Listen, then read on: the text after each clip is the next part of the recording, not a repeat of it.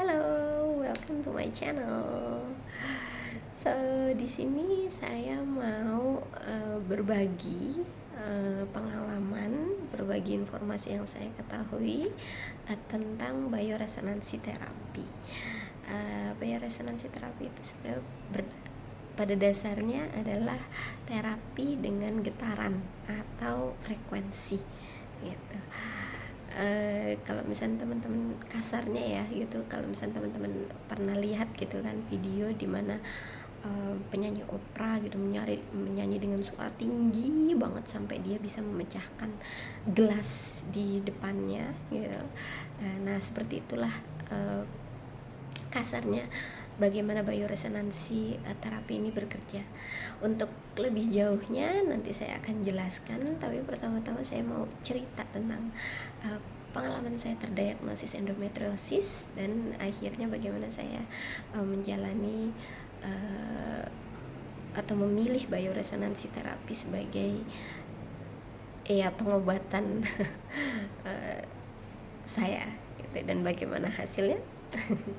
Yuk sih, saya akan jelaskan, of course.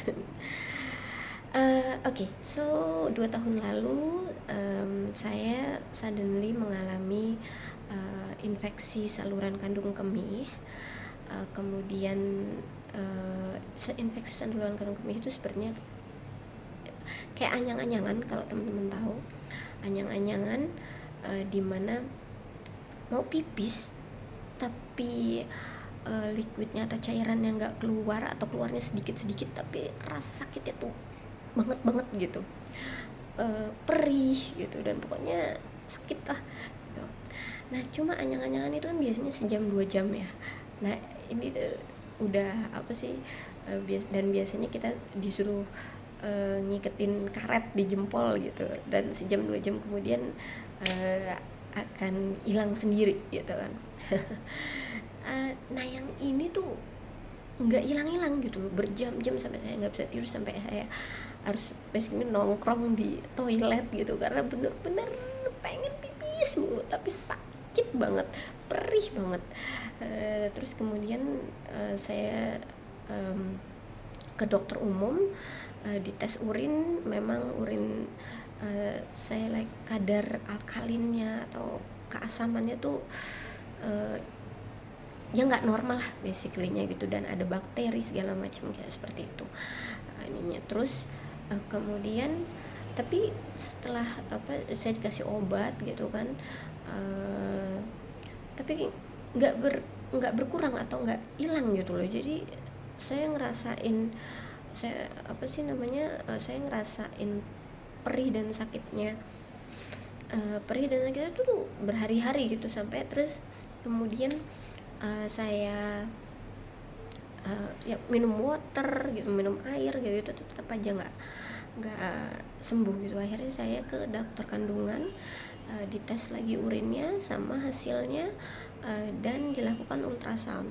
Nah di situ ketahuan atau kelihatan bahwa saya mengidap ada endometriosis, di mana jadi endometriosis itu yang saya tahu gitu ya, yang saya pahami adalah jadi lapisan yang seharusnya terbentuk di dalam rahim ini terbentuk di luar rahim ya. Lapisan yang terbentuk di dalam rahim dan kemudian harusnya ya dikeluarkan ketika kita menstruasi, ini terbentuk di luar rahim dan akhirnya stuck di situ, nggak bisa keluar gitu, dan membentuk lapisan tisu yang akhirnya menebal dan mengganggu organ-organ yang lain, dan juga ada efek sampingnya lah pastinya gitu kan. Jadi saya ada endometriosis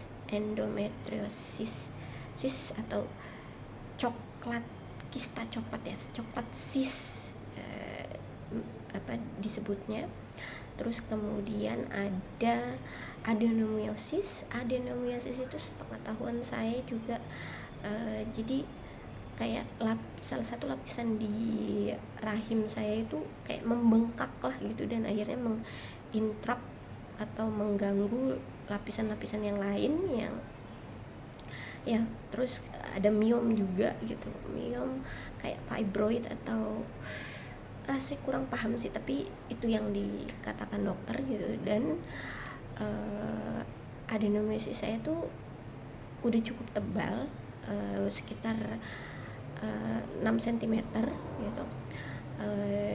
Dikatakan bahwa yang kondisi normalnya itu harusnya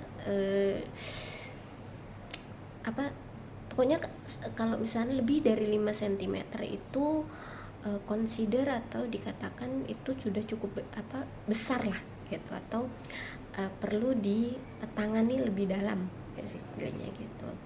So dokter menyarankan saya untuk melakukan another test karena dikhawatirkan bisa jadi ini tumor dan cancerous gitu, bisa jadi cancer gitu.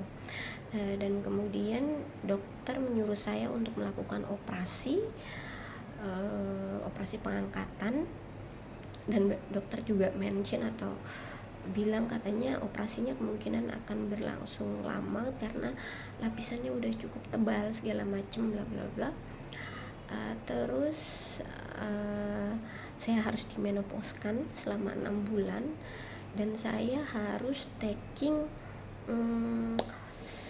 obat sampai saya benar-benar menopause.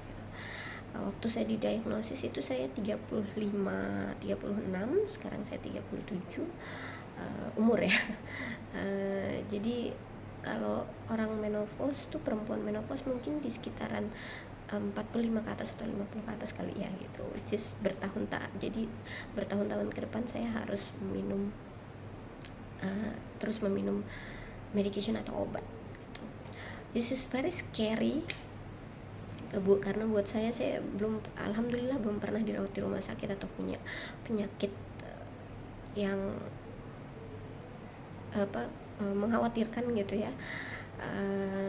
Tapi terus dibilang harus surgery, operasi ini kok menakutkan.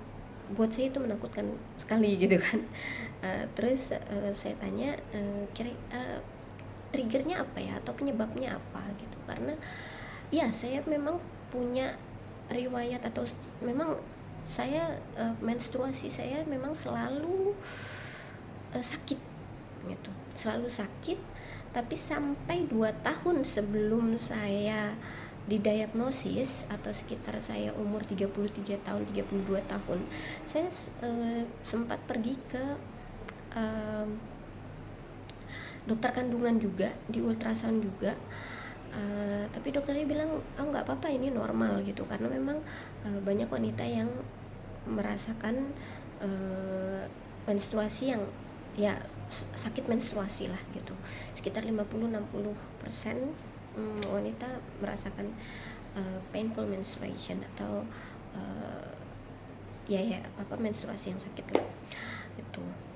Terus dokter yang sebelumnya bilang bahwa ini nggak just taking painkiller and you will be okay gitu. Taking painkiller and you will be okay. That's why saya bertanya-tanya gitu kan sama dokter yang mendiagnosis saya endometriosis gitu, kenapa triggernya. Lalu kemudian yang di-share sama saya itu karena saya belum punya anak gitu. Memang saya pernah mendengar gitu bahwa ketika kita mengandung dan punya anak itu bisa meredus resiko kita untuk punya penyakit kewanitaan gitu, atau bahkan menghilangkan gejala-gejala dari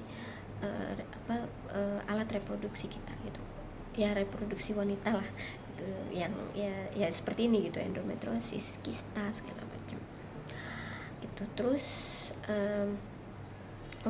akhirnya saya bilang ke suami saya, dan memang suami saya kita memang tahu ada bioresonance terapi atau teknologi gitu. Suami saya memang sudah pakai bioresonance terapi ini atau teknologi ini sebelum saya ketemu dia gitu. Dan memang waktu pas saya terdiagnosis, sebelum saya ketemu dia, dan memang pas saya terdiagnosis dengan endometriosis itu kita baru beberapa tahun